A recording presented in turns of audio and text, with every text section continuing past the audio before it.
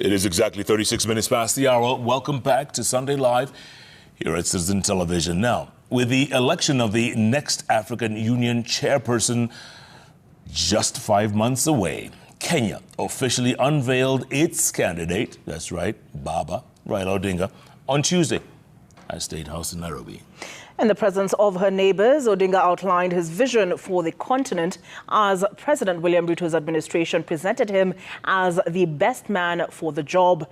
But how is Kenya approaching this election 7 years after Cabinet Secretary in Uhuru's government, Amina Mohamed's loss? What will success or loss mean for the country?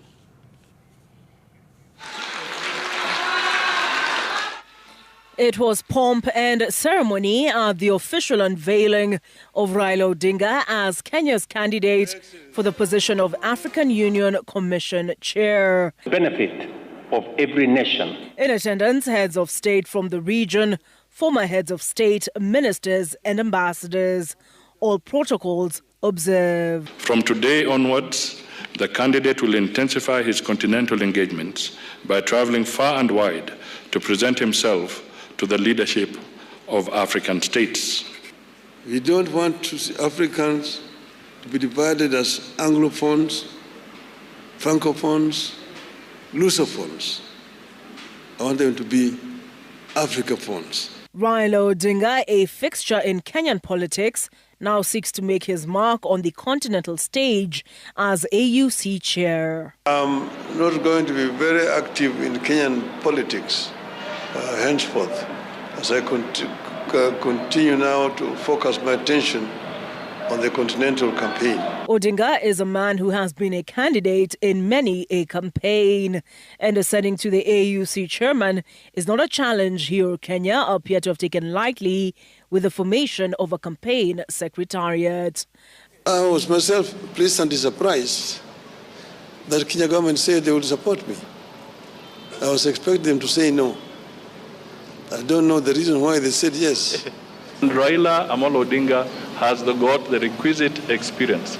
As I said in another forum, he has seen both hot and cold. And Africa is beaming with both hot and cold. But the bid for AUC chair has been described as more of a steeplechase than a marathon, with several hurdles to overcome.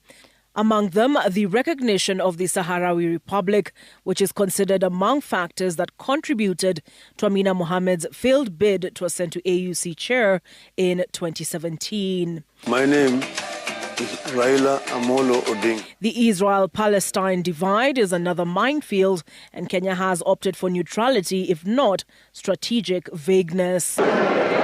The last time Kenya bid for the AUC chair position, it was confident in its candidate's chances. Amina Mohamed, however, later shed tears when it emerged that some of Kenya's neighbors did not vote for her.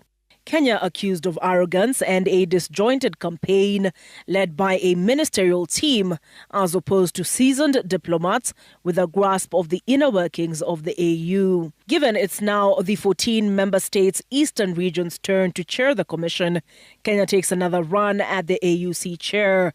The election, 5 months away, scheduled for February 2025.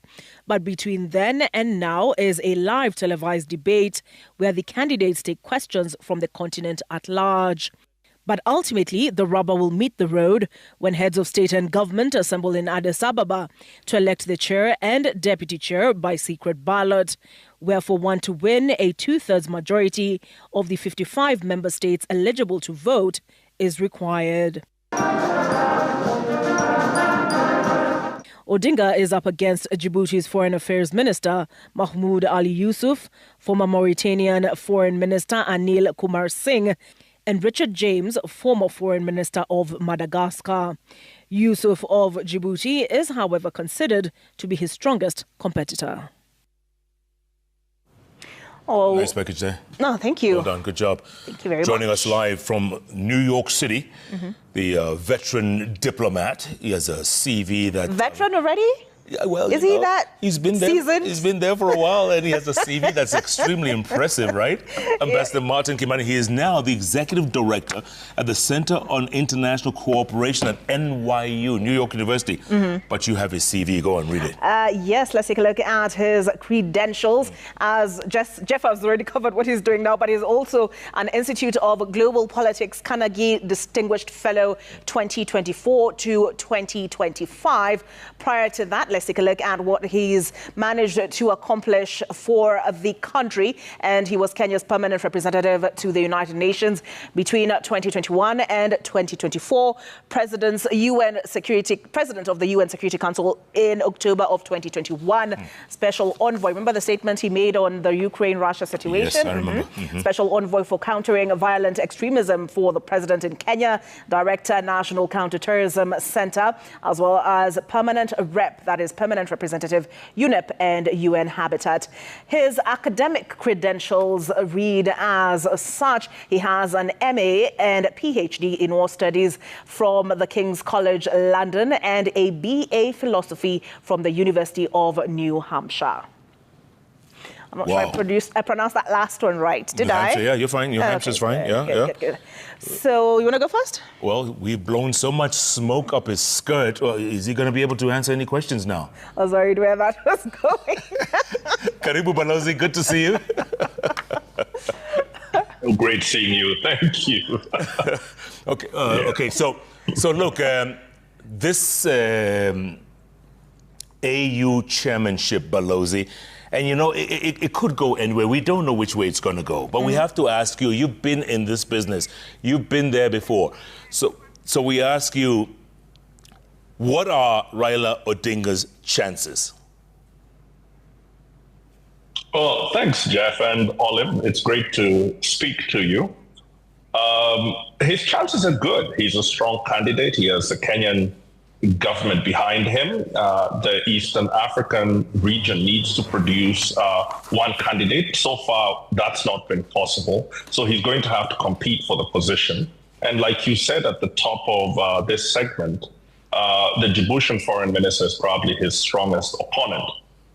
You will recall that Djibouti was competing with Kenya for the elective seat to the Security Council 3 years ago, and it was extremely difficult winning for Kenya. So this is going to be a rehash of that competition. He has a good chance, but he has an equally good chance of missing the spot because the Djiboutian foreign minister is coming with a lot of experience and strong endorsements from regional organizations. So what would this chairmanship mean for Kenya? We went after it in 2017. Musa Faki, to use a Kenyan colloquial term, alipita katikati yao, Amina and the Senegalese candidate. But why would this be critical for Kenya? Well, the chairperson of the commission does not represent Kenya. And in fact, any real show of promoting Kenyan interests would not be taken well, and the chairperson would come under considerable pressure. So I'm not sure that Kenya is going to, in itself, win anything out of the chairing, other than the prestige of having one of its citizens heading the African Union Commission. Now, of course, Kenya is seeking this position not due to technocratic reasons, but due to political ones.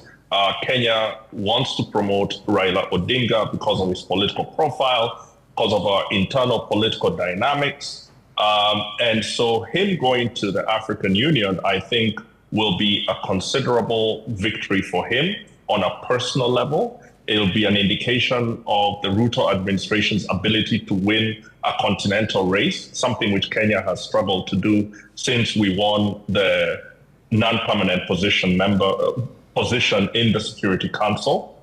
And it'll profile our diplomacy and its ability to get results continentally. Balozi, at the end of the day, and you've spent time on the continent, does it boil down to Anglophone and Francophone votes? Is that what it boils down to? It boils down to the determination of the states backing these candidates, their ability to wield leverage and put financial resources into the race. The fact of the matter is that there's going to be strong opposition to Raila's candidature. The Organization of Islamic Conference has endorsed the Djiboutian foreign minister. He is counting on the Francophone-Anglophone divide. You have 27 African members of the Organization of Islamic Conference. You have 26 or so countries that identify as Francophone. 18 are both Francophone and OIC members. I would assume a significant number, if not all of that number, is going to back the Djiboutian foreign minister. Then you will have the candidate Raila's stances are very Pan-Africanist. And one of those has been the endorsement and strong support for Sahrawi and its quest for self-determination. And that automatically comes with a strong opposition from countries such as Morocco, who will lend their weight to other candidates who can counter that. The last bid Kenya made in 2017 quite literally ended in tears. Do you think that there are lessons Raila's campaign team can take from that experience? Well, first, I wish Honorable Raila all the very best. I think he is such a strong candidate. But what a job to look out to go and get. This is a brutal job, unlike any other job he has probably ever done before. Also, unlike any other job any of the other candidates has ever done before. You have countries that have had unconstitutional changes of government across the Sahel, from Guinea, from the west of Africa to the east of Africa and Sudan is a coup belt. You have terrorist groups, you have possible war between Egypt and Ethiopia over the Nile. You have insurgencies in the DRC, in Mozambique. And in each one of these conflicts, the commission chairperson is going to have to provide some level of technical and political leadership. It will be exhausting.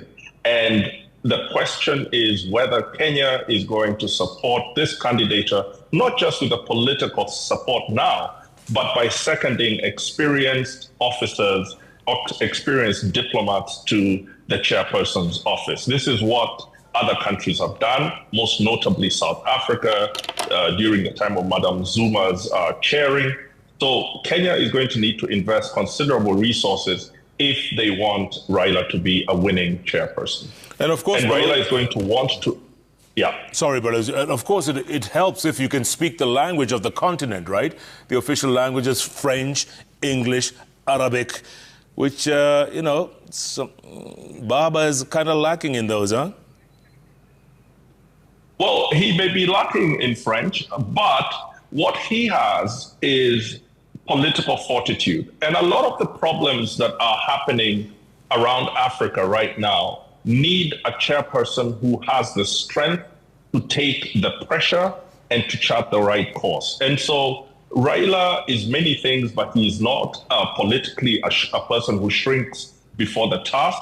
He is ready to look eyeball to eyeball to the dozens of pretty tough characters who are perpetrating conflicts all over the continent. If he can bring to the job a straight spine and a real strength of principle, which I think he can, then he has the potential to be a standout African Union Commission chairperson. And it's true, he may not, be multilingual, such as the Djibouti candidate, but unlike the other three candidates, he has a political background. The rest, I think two of them are former foreign affairs ministers, and one, the Djibouti candidate, is serving. But can we trust those who have vocalized their support of Raila Odinga when the rubber meets the road? Because in 2017, there were murmurings that Uganda abandoned Kenya on that course. This is a secret ballot. In diplomacy, you can never trust an endorsement until the vote is given. In fact, many of those promising votes will probably vote differently because they're driven by very different interests, and some of them run counter to what they perceive to be Kenya's interest in this election.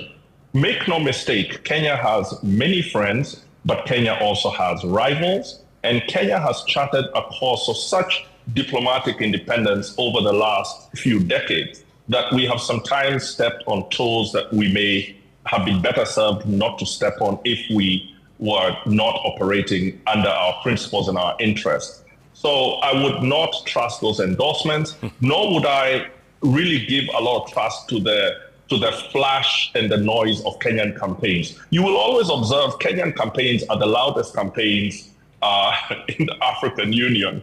Other countries, like the last time, did you hear anything from Chad? Did you hear anything about the Chadian candidate who later won? Not at all. This will not be won on the airways. It will not be won with press conferences. It will be won in the offices of ministers of foreign affairs and heads of state.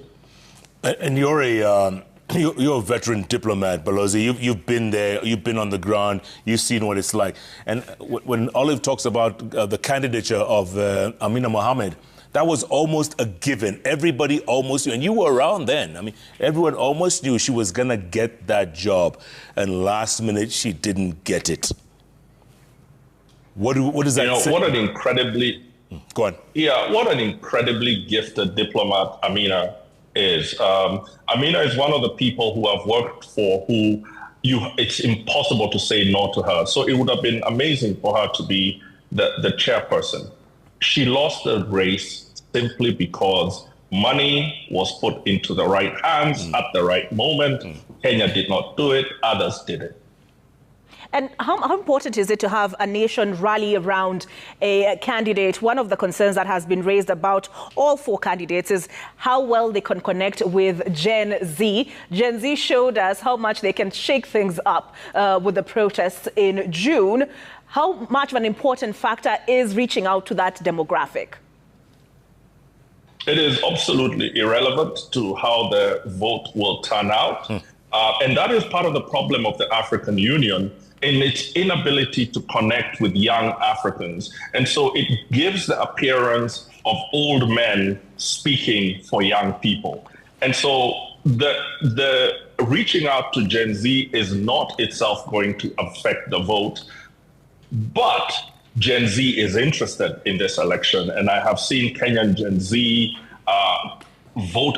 speaking openly and with great passion about Kenya's politics and what they mean for this African Union election. I don't think that's going to sway the votes out there, but I would think that if Honorable Raila wins, he should institute a very, very strong youth engagement policy and think of his constituency not just as 55 member states, but also the billion or so people of Africa, and especially young ones. How can he do that? His team needs to look like the continent. His team needs young Africans in it who bring all the technological skill, the passion, the openness that he will need to be able to reach out. In a lot of these countries that are in conflict, the African Union is not felt. The African Union is a guy in a suit flying in to have secret conversations with the people that you're opposed to. That's going to need to change a bit. So is this whole Mjadala Africa, the debate that is supposed to happen between the candidates, window dressing? Yes, I think that's window dressing. I mean, it's not a bad thing. Look, diplomats go to great lengths to try and show that their world has levels of transparency, but of course it doesn't. Diplomacy is an elite business that hides its true intent.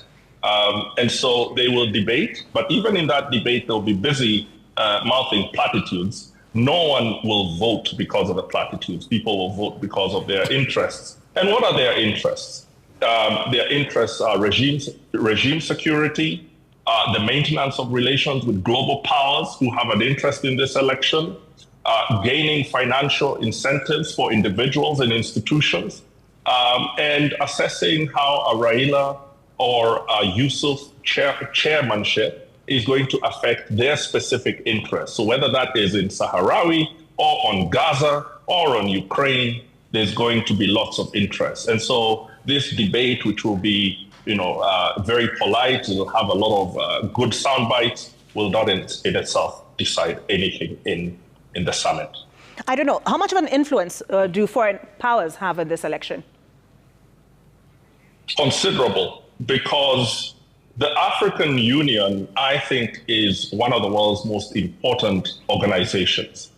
Even though it is usually criticized for being weak, the African Union has a great deal of geopolitical relevance. So the position of the member states, and to the extent to which the chairperson of the commission rallies the voice or engages in ways that can help direct the African Union's actions or statements in one or another, means that the African Union stance in Ukraine, is it for Ukrainian sovereignty and territorial integrity, or for Russia's claims of its security being threatened by NATO? On what side will the commission fall? When it comes to North Africa, the rivalries and conflicts going on there along the Nile. So the major powers are going to take a considerable interest in the chairperson, and not just a remote interest, but a financial and political one. Good point, Balozi. Okay, we cannot let you go without asking you about Kenya's position in the world. You're at that listening point there in New York City. First of all, President Ruto was there a few months ago. He spent time at the White House. He got a great visit over there, a great welcoming. And of course, Kenya's police officers, 1,000 of them, in Haiti as we speak. Kenya's position out there, what do they think of us? Well, that's a really complex question to answer. Had I been a diplomat, I'd have answered it, in a very subtle and opaque way. But to be very direct, Kenya has considerable political prestige, but Kenya, what to do with that prestige is a whole other bag. It's a whole other business. And so Kenya, for the last few months, has been completely distracted by its internal dynamics. Kenya is trying to focus on its fiscal crisis. Kenya is trying to focus on the Gen Z challenge. That is where Kenya is. Kenya is talking to itself right now. And the extent to which Kenya understands what it wants out of the world, I think right now what Kenya wants out of the world is some economic relief and perhaps investment.